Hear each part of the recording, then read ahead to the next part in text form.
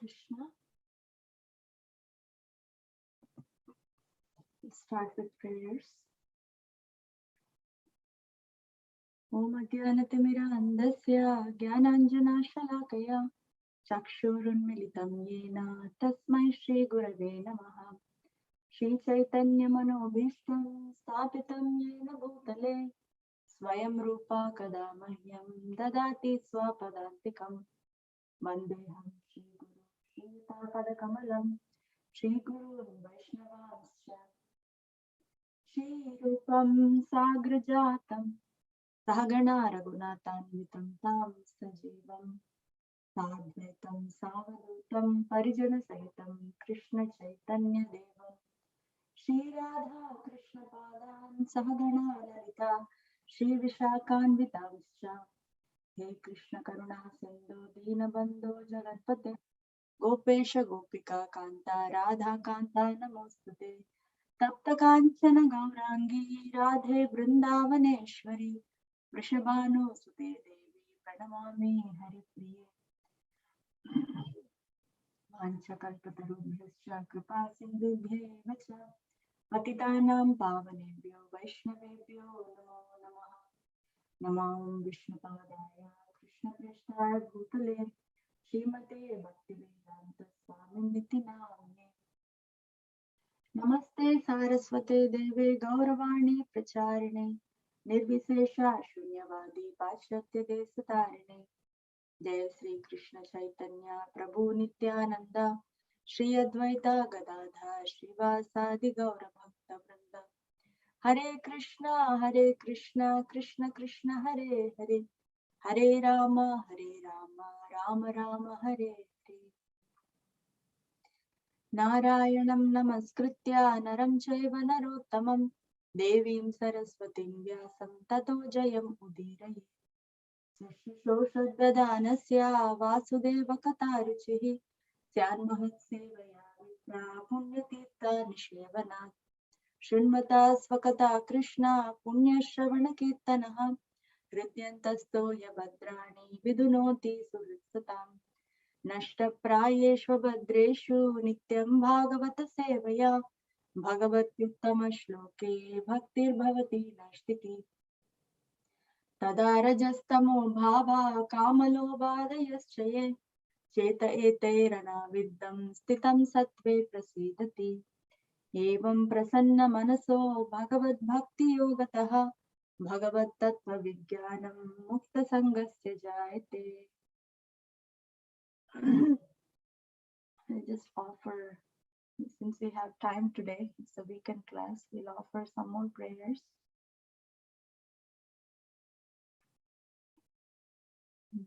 Pulling up just in case if I forget. These are the beautiful prayers offered by Srila Sanatana Goswami to Srimad Bhagavatam.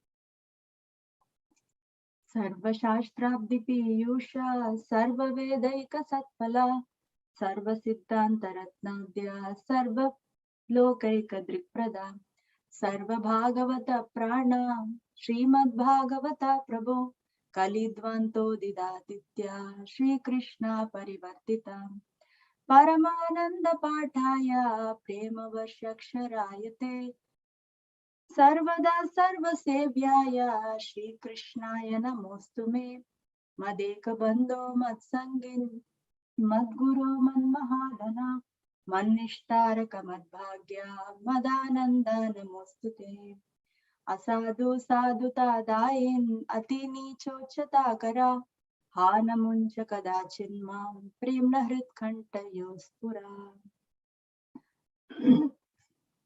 Om Namo Bhagavate Vasudevaya Om Namo Bhagavate Vasudevaya Om Namo Bhagavate Vasudevaya. Okay, Hare Krishna.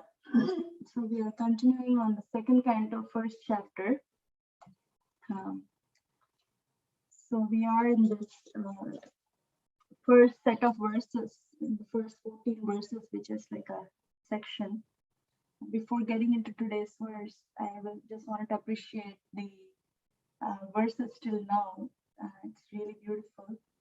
So just recall, we all remember from the first canto, the end of the 19th chapter, last few verses, Maharaj Parikshit asks, finally, this momentous meeting is happening with Maharaj Parikshit, between Maharaj Parikshit and Shukadeva Goswami. And Parikshit Maharaj asks his questions.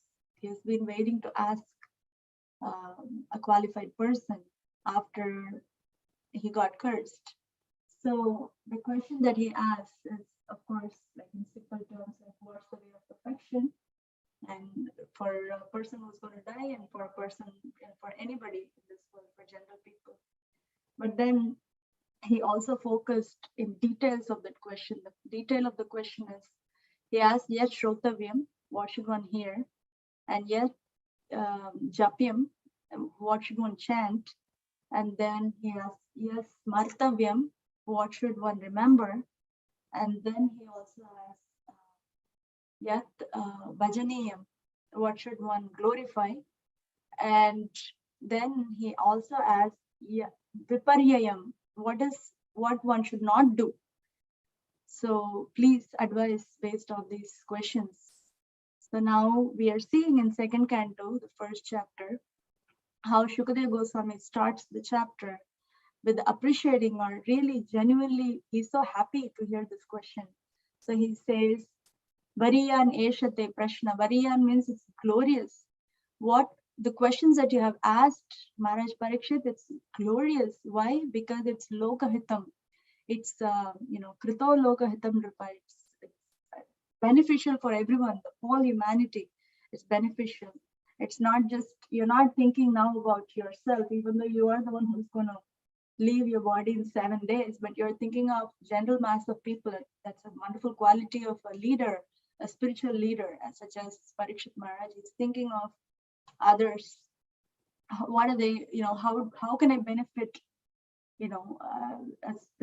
about spiritual benefit, even at this moment where I myself in a precarious position, I'm going to die in 7 days. So that's how this chapter starts. And then Shukadeva Goswami goes on answering the kind of like a second question, or the last sub part of Parikshit Maharaj's question, that is Viparyayam, what one should not do. That's what he answers in second canto, second verse, third verse, I think fourth verse. Also, he says some Grihamedi's life, and how there are so many subject matters in this world, but when one is fixed, they will only hear about Lord Hari. So then he goes on to describing how one who wants to be fearless, Shrotavyadini Rajendra, there's one who wants to be fearless, they should be hearing, chanting, and remembering and glorifying only about Supreme Lord Hari. He is the only one who can award fearlessness. That's how he begins the subject matter of bhakti.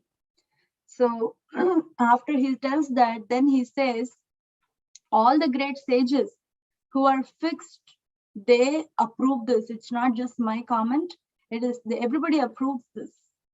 And then he says, not just the yogis and not just the sages that are fixed in bhakti, but even jnanis and yogis, if they want to really get the purpose of their practice, they should engage in bhakti.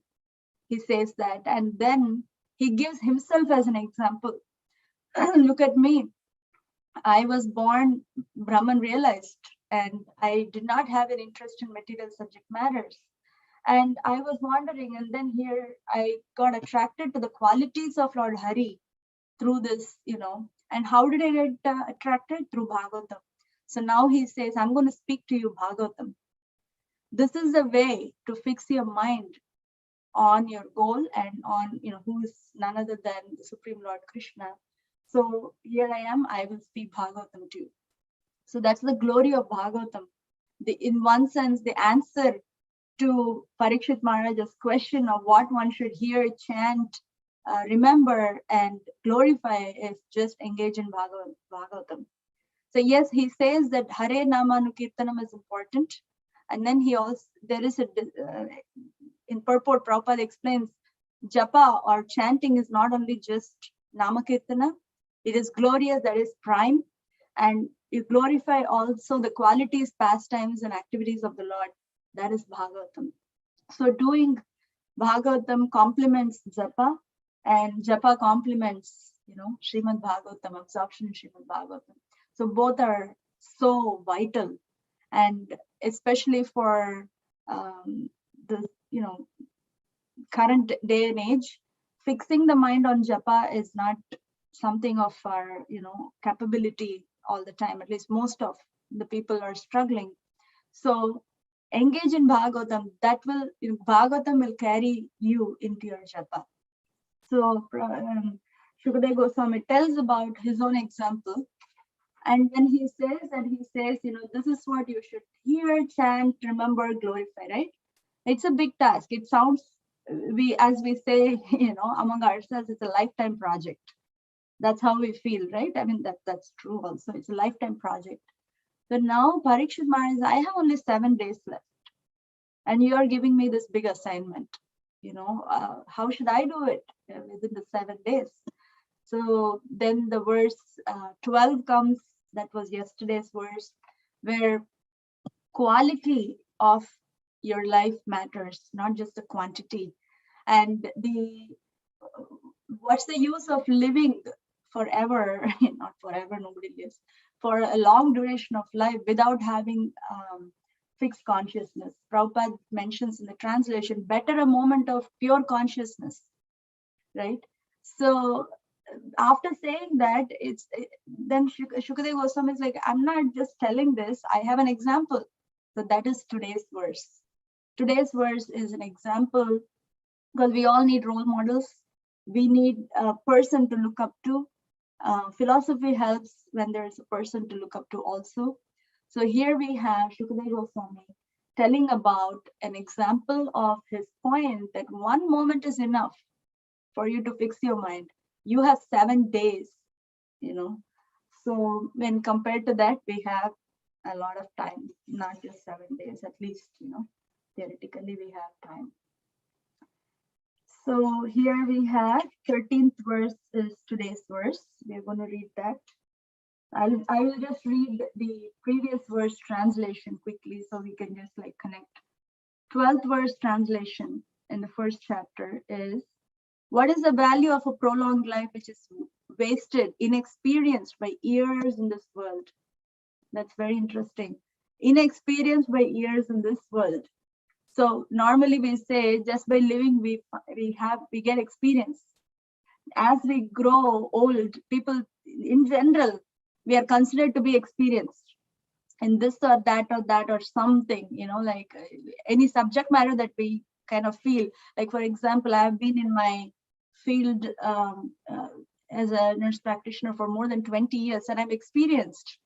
But what's the value of that in eternal time or eternal goal perspective? Prabhupada is translating inexperienced by years in this world. Just because we have some worldly experience, that's not real experience to get us across this ocean of material existence or help anyone else to get across this. That experience doesn't really count. We might dovetail all that, but it's not real count. And then Prabhupada says, better a moment of full consciousness, because that gives one a start in searching after his supreme interest. Even a moment, if we really come into ourselves and see, what is important to me, that'll give a start. That'll give a start. So anyway, so now today's verse 2:1:13, second canto, chapter 1, verse 13. We will read the verse. Katvango nama rajarshir Jnatveyatam ihayushaha muhurtat sarvamutsrujya gatavan abhayam harim. I'll read 2 more times. Khatvango nama rajarshir Jnatve yattam ihayushah muhurtad sarvamutsrujya gatavan abhayam harim. Katvango nama rajarshir Jnatvetayam Jnatveyatam ihayushah muhurtat sarvamutsrujya gatavan abhayam harim. Word to word translation. Katvangaha, King Katvanga, Nama, name, Rajarishihi, saintly king, Jnatva, by knowing, Iyattam, duration, Iha, in this world, Ayushaha, of one's life, Muhurtat, within only a moment, Sarvam, everything, Utsrijya, leaving aside, Gatavan, had undergone, Abhayam, fully safe, Harim, the personality of Godhead. So we'll read the translation. The saintly King Katvanga, after being informed that the duration of his life would be only a moment more, at once freed himself from all material activities and took shelter of the supreme safety, the personality of Godhead. Purport. We'll come back to the translation again. We'll read the purport once. A fully responsible man or a woman, a person basically, should always be conscious of the prime duty of the present human form of life. The activities to meet the immediate necessities of material life are not everything. One should always be alert in his duty for attainment of the best situation in next life. Human life is meant for preparing ourselves for the prime duty. Maharaj Katvanga is mentioned herein as the saintly king because even within the responsibility of the state management, he was not at all forgetful of the prime duty of life. Such was the case with other Rajarishis, saintly kings, like Maharaj Yudhishthir, Maharaj Parikshit. They were all exemplary personalities on account of their being alert in discharging their prime duty. Maharaj Katvanga was invited by the demigods in the higher planets to fight demons. And as a king, he fought the battles to full satisfaction of the demigods. The demigods, being fully satisfied with him, wanted to give him some benediction of material enjoyment. But Maharaj Katvanga, being very much alert to his prime duty, inquired from the demigods about his remaining duration of life. This means that he was not as anxious to accumulate some material benediction from the demigods as he was to prepare himself for the next life. He was informed by the demigods, however, that his life would last only a moment longer. The king at once left the heavenly kingdom, which is always full of material enjoyment of the highest standard, and coming down to this earth, took ultimate shelter of the all-safe personality of Godhead. He was successful in his great attempt and achieved liberation. This attempt, even for a moment, by the saintly king, was successful because he was always alert to his prime duty. Maharaj Parikshit was thus encouraged by the great Shukadeva Goswami, even though he had only 7 days left in his life to execute the prime duty of hearing the glories of the Lord in the form of Srimad Bhagavatam. By the will of the Lord, Parikshit Maharaj instantly met the great Shukadeva Goswami, and the great treasure of spiritual success left by him is nicely mentioned in the Srimad Bhagavatam. So Prabhupada really emphasizes on this one word or one point, prime duty of human life. So he keeps telling that again and again in this purport. So a fully responsible person should always be conscious of the prime duty of present human form of life. So what is a duty? In general, what do we think a duty is? When we say the term duty, what do we think? Anybody?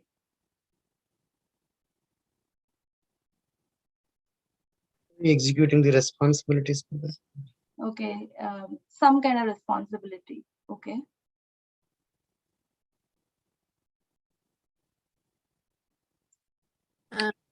We may think of a parental responsibility or our job responsibility or something like that. Usually people will think. Some form of commitment. Yeah. Okay. But what do you feel when you, like, these are some, yeah, I don't want to stop. Anyone else? When you hear the term duty, what comes to your mind or what comes to your heart? That the difference is mind is the thought, heart is the feeling. Prescribed duties, Mathaji. Prescribed duties. No, that's what I'm asking. I'm asking what comes to your thought. But yeah, prescribed duties. Somebody told we have to do that kind of a thing. Some injunction that we need to follow. Okay. Anyone else? Or what feeling comes to your heart when we hear the term duty? To me, sometimes the feeling comes, oh my gosh, one more duty kind of a thing. Sometimes.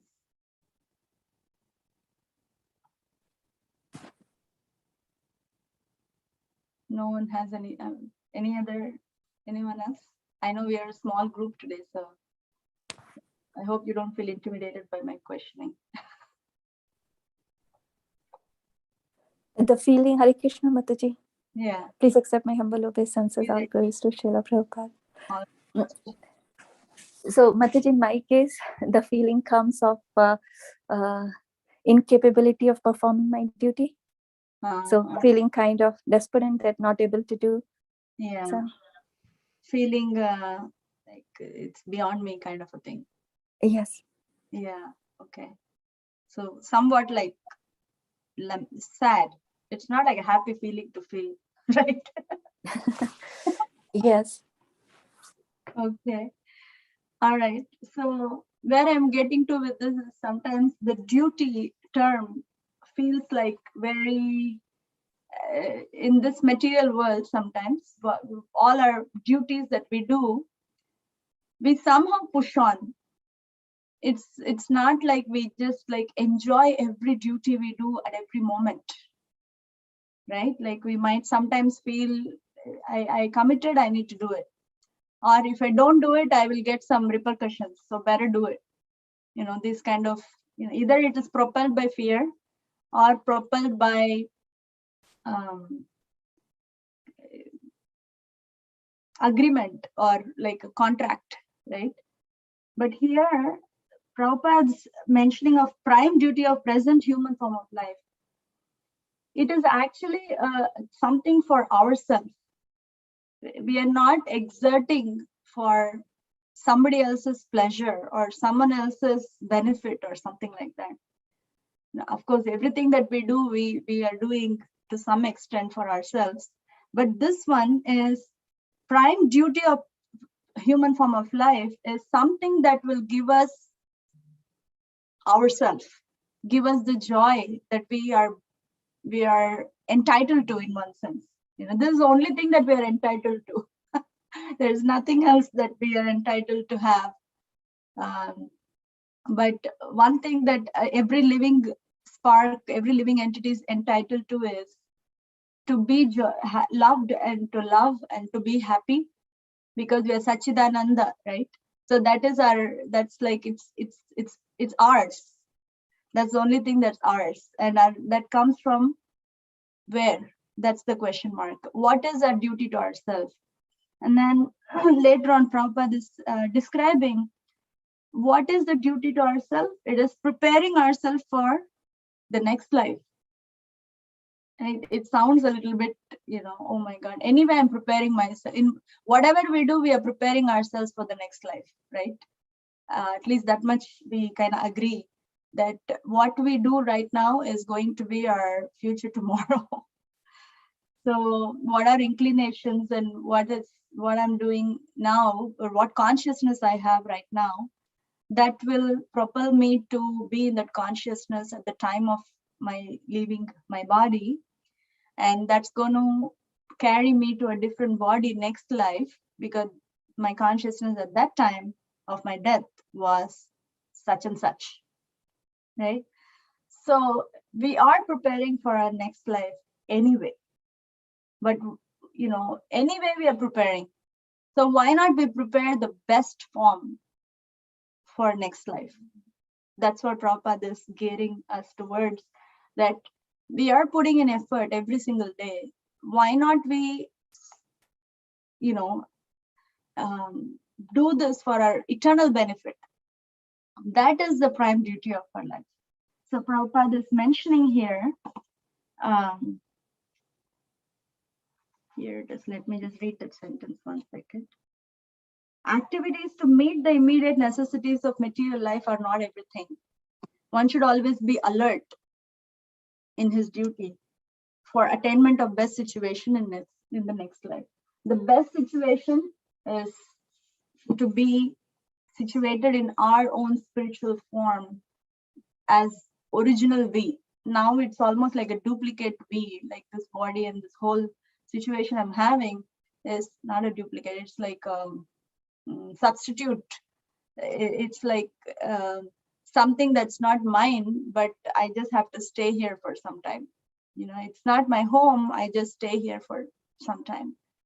But going back to my home, it's going to be more comfortable. So that's the joyous thing.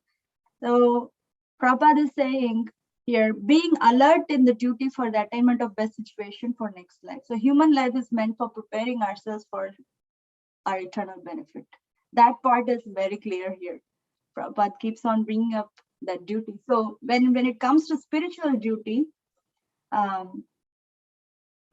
we don't have to get mixed up with the emotions that we get when we do our material duty. When we do our material duty, material I mean to say is vocational, occupational, something to live in this world and to keep to keep going in one sense, right? So sometimes it may not be very pleasing to us to do some of the duties here, but we still do. But spiritual duty has that effect that it will give us happiness while performing and at the end with the result also. That's the beauty of spiritual duty. And the duty is for ourselves, towards ourselves actually. Because when we are awakened, that's our gift to our spiritual master and Krishna. There's nothing else that they actually want. They want us to become fully awakened to our spiritual reality in relationship with Krishna or in our bhakti process.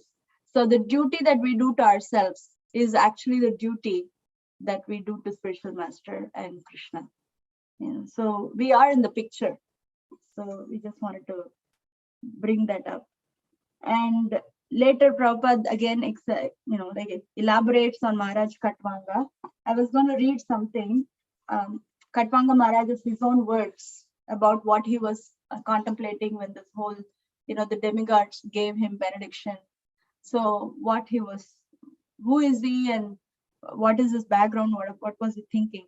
So basically King Katvanga is in the line of Lord Ramachandra. I mean, before he's a forefather of Lord Ramachandra's lineage.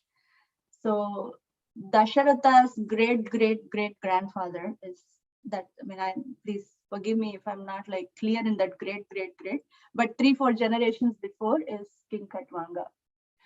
So I'm just going to read this in 9th canto Srimad Bhagavatam, chapter 9, verses 42 to a few more verses, tells about King Katvanga. So I'll just read that. Not reading the purport, just the translation.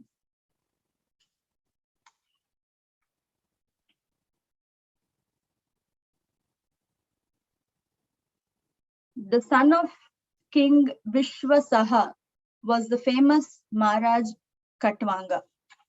King Katvanga was unconquerable in any fight. Requested by the demigods to join them in fighting the demons, he won victory. And the demigods, being very pleased, wanted to give him a benediction. The king inquired from them about the duration of his life. and was informed that he had only one moment more. Thus he immediately left his palace and went to his own residence, where he engaged his mind fully on the lotus feet of the Lord. Maharaj Khatvanga thought, not even my life is dearer to me than the Brahmanical culture and the Brahmanas who are worshipped by my family. What then is to be said of my kingdom, land, wife, children, and opulence? Nothing is dearer to me than the Brahmanas. Explained in the purport is why Brahmanas, who are the Brahmanas that King Khatvanga is talking about? He is talking about the Vaishnavas, or the worshippers or the devotees of Krishna. That's what he is talking about. That's about whom he is talking about. And why are they dear? In the purport, Prabhupada explains that they are dear to King Khatvanga because they are dear to Krishna, Go Brahmana Hitaya Cha. So that's why he considers them very dear. And next, King Khatvanga is thinking further. I was never attracted, even in my childhood, by insignificant things or irreligious principles. I did not find anything more substantial than the Supreme Personality of Godhead. The demigods, the director of the three worlds, wanted to give me whatever benediction I desired. So this is King Khatvanga telling us. He is sharing his personal story with us directly. I did not want their benedictions, however, because I am interested in the Supreme Personality of Godhead who created everything in this material world. I'm more interested in the Supreme Personality of Godhead than all material benedictions. Then he continues. Even though the demigods have the advantages of being situated in the higher planetary system, their minds, senses, intelligence are agitated by material conditions. Therefore, even such elevated persons fail to realize the Supreme Personality of Godhead, who is eternally situated in the core of the heart. What then is to be said of others, such as human beings who have fewer advantages? So this is a contemplation that Maharaj Khatvanga is thinking. Well, they are very well situated. They have all comforts. They have all their needs met, basic needs, but still they are not able to think of Krishna. They're not able to fix their minds on the spiritual goal of life, or the goal of life. What about me? I will get really distracted if I stay in this place for one more second. So I better go. So then he decides, he says, therefore, I should now give up my attachment for things created by the external energy of the Supreme Personality of Godhead. I should engage in the thought of the Lord and thus surrender unto him. So the surrendering unto Krishna is engaging in thought of Krishna, like smartavya, right? This material creation, having been created by the external energy of the Lord, is like an imaginary town visualized on a hill or in the forest. It sounds like a vacation spot. Every conditioned soul has a natural attraction and attachment for material things, but one must simply give up this attachment and surrender unto the personality of Godhead. Thus, Maharaj Khatvanga, by his advanced intelligence in rendering service to the Lord, gave up false identification with the body full of ignorance. Sharira avidya. Avidya jal, right? In his original position of eternal servitorship, he engaged himself in rendering service unto the Lord. The Supreme Personality of Godhead, Vasudeva, Krishna, is extremely difficult to understand for unintelligent men who accept him as impersonal or void. Basically, he's smashing impersonalism and voidism. The Lord is therefore understood and sung about by pure devotees. By the way, anyway, so I read this part from 9th canto because directly Khatvanga Maharaj's words.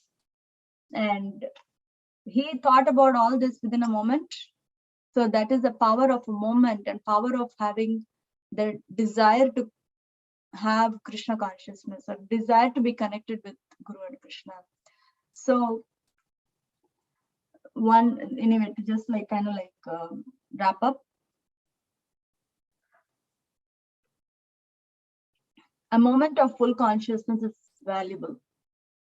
And how to get that moment of full consciousness? By being alert to our prime duty, or to a duty towards ourselves, our real selves, duty towards awakening ourselves. Even though we are engaged in all other duties, we need to be alert. That's what is being said here. And how to be alert? There are so many bhajans that comes to my mind. There is a bhajan, Prabhu Tava Pada Yuge. This is based on the 4th verse of Sikshashtaka, Nadanam Najanam Nasundarim. But in the bhajan, Bhaktivinoda Thakur is writing, no matter what happens, keep this flame inside me awake. Jage anukshane. Let it be, what do you call it? Awakened every moment. Anukshane, let it be awakened. So if we really want something, we will ask for it. And when we ask for it, we will want it more. It's a reciprocation from Krishna to keep that fire open when we are navigating ourselves in the other duties of life, like basic duties of life. We don't want to get buried under those basic duties. That's one point that comes up. Prabhupada mentions about the prime duty of human life. And then the second thing is about Katwanga Maharaj. Krishna consciousness takes time only until we fix our desire, and when we really fix our mind and our core being in Krishna. After that, it's one moment. So this lifelong project that we have is towards getting to that, like every moment counts. But then when we make our choice correctly, then it's a beginning for our spiritual life. Every moment is a beginning for our spiritual life. And when the final moment comes, then we will make the right choice at that time also, like King Katwanga. So that's what I wanted to just share from this purport. Is very inspiring. I'm also really admiring how Shukadeva Goswami brought this context. Now he is reassuring Maharaj Parikshit. You have 7 whole days and and nights. So King Katwanga had only one muhurta, one moment, but you have 7 days. So now we don't know how long we have, but we at least have. There's not a death notice to me yet, but we have. So it's the choice that we make at every moment that propels us forward towards our prime duty to ourselves, to become fully Krishna conscious. So yeah, I just wanted to stop there, and if you would like to share something or clarify something, please welcome. Thank you.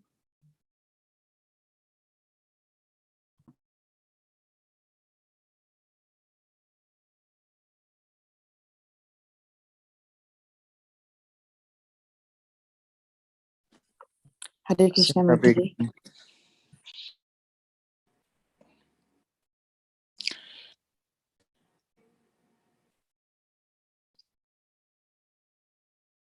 Hello, Hare Krishna. Hello. Yes, Prabhu, we can hear you. I think Devamurti Mataji also talking. You and one more, I think, unmuted. Oh, Please okay. go ahead, Namaskari Prabhu. I can speak after you. Okay, Mataji. Shatarupa, just a quick reference. You said that in the beginning that holy name and Bhagavatam goes hand in hand. So is it straight mentioned by Sukadeva Goswami?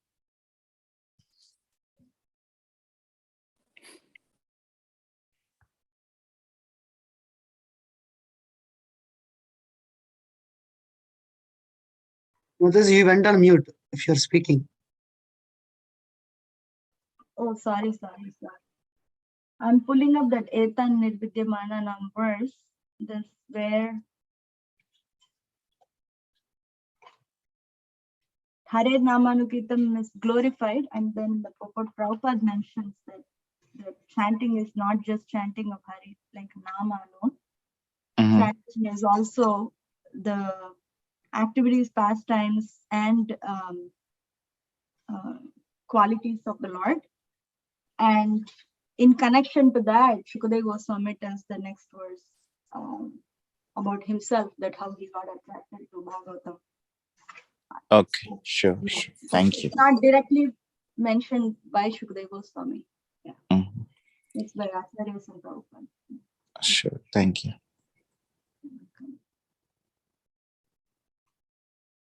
Very motivated, please. Hare Krishna, Mathaji. Hare Krishna. You are muted, Mathaji. Hare Krishna Mataji. Yes. Hare Krishna, Mataji. Thank you, Mataji, for such nice class. I actually joined late, but I think I heard 20 minutes. So, my question is, Mataji, you talked about the awakening of the relationship with Krishna, awakening, keeping that flame within our heart. So sometimes, like very rarely, we do feel that realization that we are part and parcel of Krishna, and our prime duty is to keep the relationship going and running with Krishna more than anything else in the world. But after a while, we forget it, and then something happens, and then again we remember it. So my question was, how can we keep that thought steady in our mind that we are not the body, we are the souls, and we are part and parcel of Krishna? That's a very deep question, Mataji, because the subject matter is deep. Thank you for sharing and asking. I don't know of a straightforward answer for this, but what I can recollect based on your question is how to keep our mind fixed on the supreme goal of life that includes us, basically, that how am I to keep in mind that I am Krishna's part and parcel. So Krishna says in the 7th chapter, first verse is about fixing the mind in his Maya Shakta Manapata Yogam Yunjan Samavita. I don't remember the next few lines, but he gives the 7 stages of fixing the mind. Krishna himself tells. If anyone recollects, please pitch in here. One is just hearing. By hearing, then we will. Lingaraj Prabhu, do you remember these 7 stages? I forget now. Let me just open my notes here. But thank you for asking this question. See, it's so important to go back and read periodically. I'm opening Mataji, just a minute.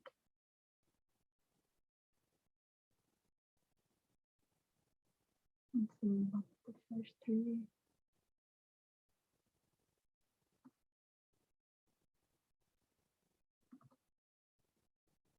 Yeah, almost there.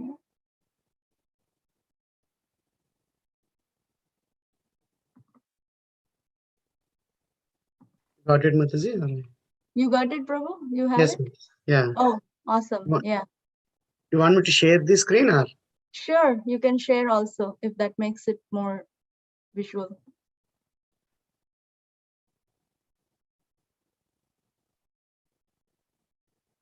It's somewhere here. Thank you, Prabhu. Oh, yeah. So he says, Krishna says, how to fix the mind? Just try to hear. So basically it's hearing. And through hearing, what happens is we will know Krishna completely, samagram. And when we know Krishna completely, that means we know ourselves also completely, because we are his part and parcels. And without a doubt, and when we don't have any doubts left, about, oh, is this the real shelter? I mean, we are not thinking that outwardly. Definitely, it's really, we have all taken up the process to an extent, means that we have fixed our goal, right? We should be happy about somehow or other Krishna and our spiritual masters have helped us fix our goal. But navigating our daily life, we do get this question sometimes, not in an explicit way, but an implicit way, like, I am not able to fix my mind. I am just kind of distracted. That, I mean, I'm talking about myself here, even though I'm responding to Devamurti Mataji. We have, so here, Krishna says, without a doubt, you will know me completely. I will reveal to you completely. And that will help you to take shelter of me. Only when you take shelter of me, you can really practice full Krishna consciousness.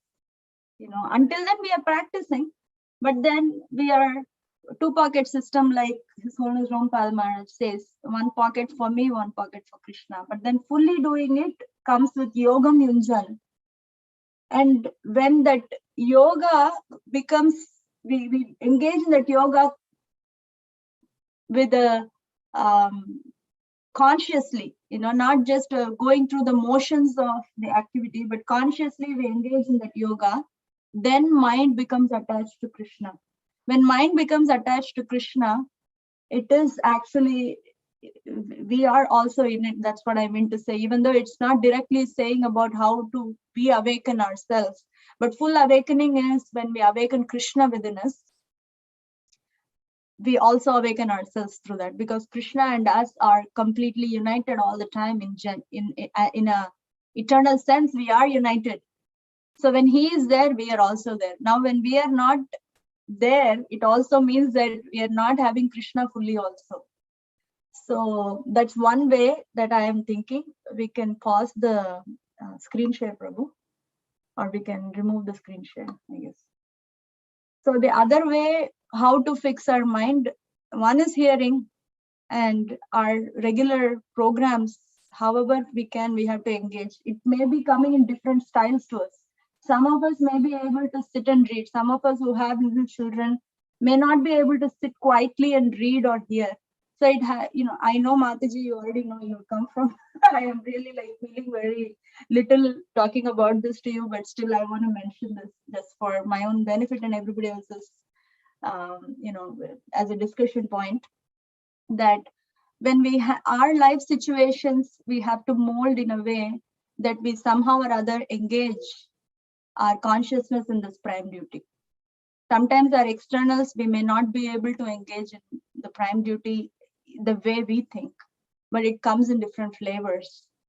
And I'm also trying to learn this as I just started something like 4 days a week, full-time kind of a job. I don't know where I'm going. So I have to discover now how to be alert to myself, how to be conscious while engaging in these, duties that are required for, in one sense, I've gotten myself into this material world. I do have to perform certain things to keep the body and soul together for life preservation. This life preservation is needed so that we can engage in devotional service. So we need to discover, we need to be in this inquisitive spirit of discovering how I can do my prime duty in this and this and this situation. Basically, it's a consciousness stuff. So that's why I'm not able to clearly say, because I'm not evolved also. I'm trying to evolve. So it's a consciousness stuff. And even in that prayer of Bhaktivinoda Thakur, he says, keep this desire alive, keep this spark alive. Jage anukshane. I don't want nadanam, najanam, nasan. I really don't want this, but I am getting into those things. So while getting into these kind of things, I mean, it's not Lord Chaitanya getting into those things. I'm telling from our perspective. Getting into those things, I want to keep my focus straight. And how to do that focus is your question, even though I didn't even come to a question. So how to keep that focus straight is hearing, chanting, reading, and association. That's the blanket that we have for everything. because that's the only way in one sense. And I would request and invite everyone else to contribute if you would like. We have another 8 minutes for the class to end. Thank you. Sorry, I went round and round. No, Mataji, your answer was really nice. Thank you so much. Thank you for explaining the 7 steps. I will try to meditate on those steps. Thank you.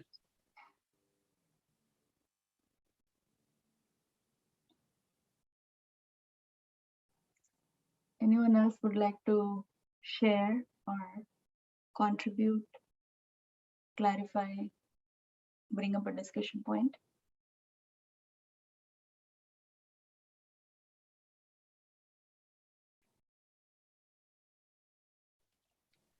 My mind is also going to the goals. That's also fixing the mind, but I'm also not pressing on it.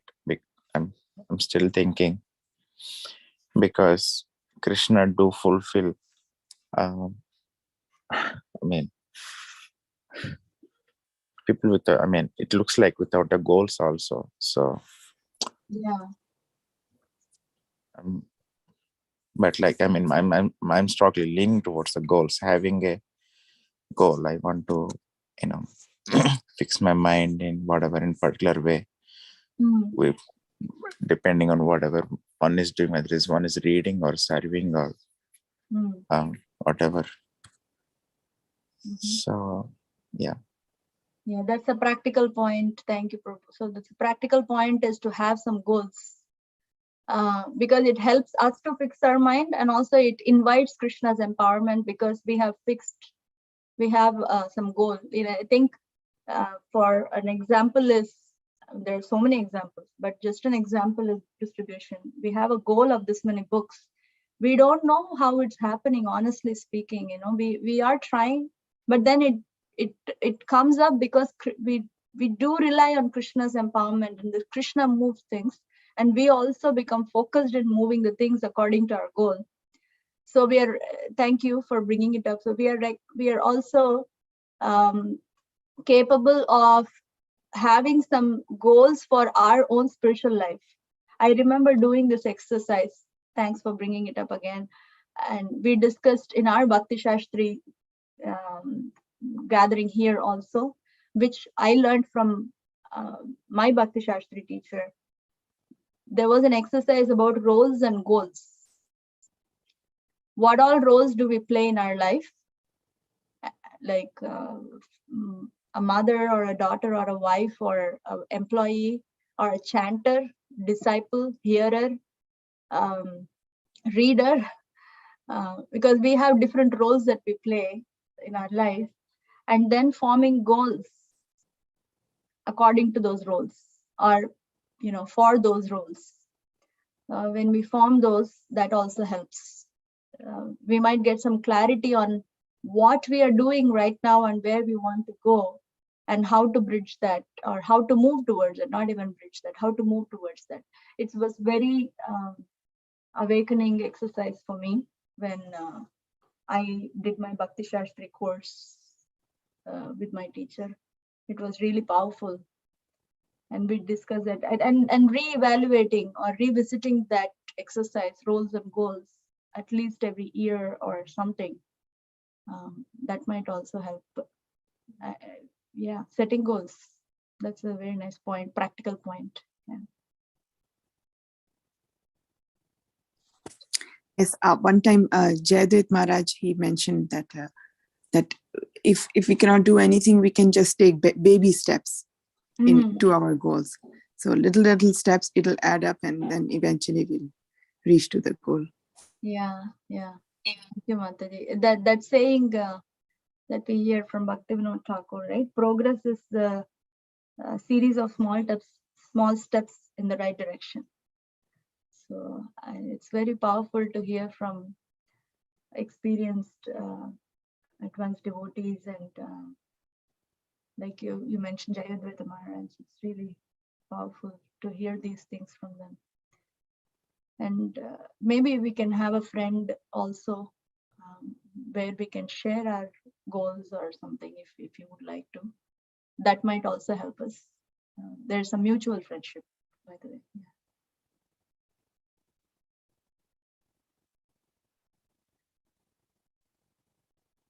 Yeah. Any last word? We have 3 minutes. If anyone would like to share something, we're still open.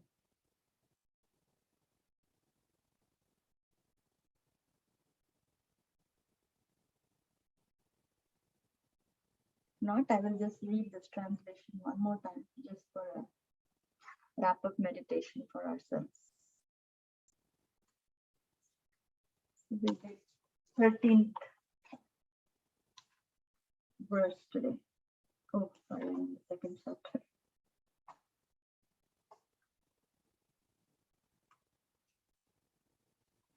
Yeah, here it is. The saintly King Katwanga, after being informed that the duration of his life would be a moment more, at once freed himself from all material activities and took shelter of the supreme safety, the personality of Godhead. In the purport, Prabhupada says, a fully responsible man should always be conscious of the prime duty of the present human form of life. The activities to meet the immediate necessities of material life are not everything. One should always be alert in his duty for attainment of the best situation in the next life.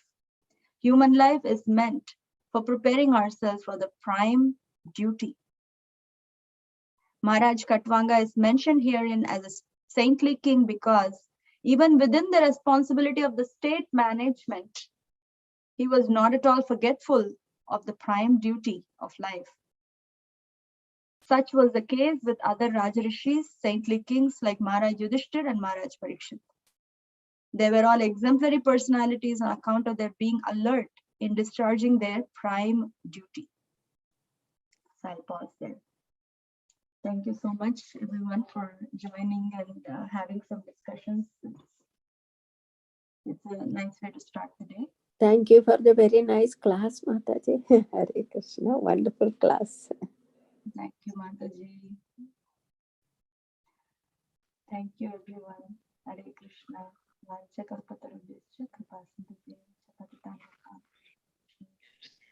Srivalla Prabhu unmuted. Yes, I wanted to thank you for the wonderful class, but you started saying Vacha Kalpatarubhyascha. Sorry, So I can tell it again. No, that's good. No, thank you again. Thank you again. It was a wonderful class, as always. Very insightful and well thought through and well prepared. So thank you so much for that. It helps people like me with these dull minds, getting up in the morning and being able to hear the Bhagavatam in itself is sometimes a challenge, especially with a hectic work week and everything else that's going on. There's so much chaos in this world. But hearing the messages that you gave today, for instance, is so inspiring, very insightful, and gives me the motivation to continue down this path, no matter how uphill it is. So thank you again for that. Totally appreciate it. Thank you very much, Prabhu. Thank you for all of your association. And I think by the presence of the right people in the audience, somehow the speaker also is able to say something. That's very true in my case at this point. With a few exceptions, yes, I'm sure. Because when I sit alone and do this, I don't think I can share what I shared. But when we share in the presence of devotees who are serious, then it helps myself also. Thank you so much. So Mataji, so you bring up a very good point I forget who asked the question regarding how do I remember, right? How do I go about it? So this is one of the ways. Hearing, as you mentioned, is very, very important. Sadhu Sangha is also, the association is so powerful because, like you said, by ourselves, we are not able to pull ourselves out of the well, but we need to have others to help us out as well. And so that's the other point that you just made, which is so helpful. It strikes home very strongly because it is the association that constantly reminds us who we are, where we are, how big or how small we are, and where we need to be going to. Vamsidhari Prabhu's point about having a goal, it becomes clearer. It's always standing in front of us, and bold capital letters, right? It is no longer obscure, but actually in bold capital letters, what our goal is, what the purpose of our life is. And that's where association comes into play. Thank you so much, Mataji. Thank you, Prabhu. Hare Krishna. Hare Krishna. All glories to Srila Prabhupada. Thank you, everyone. Jai.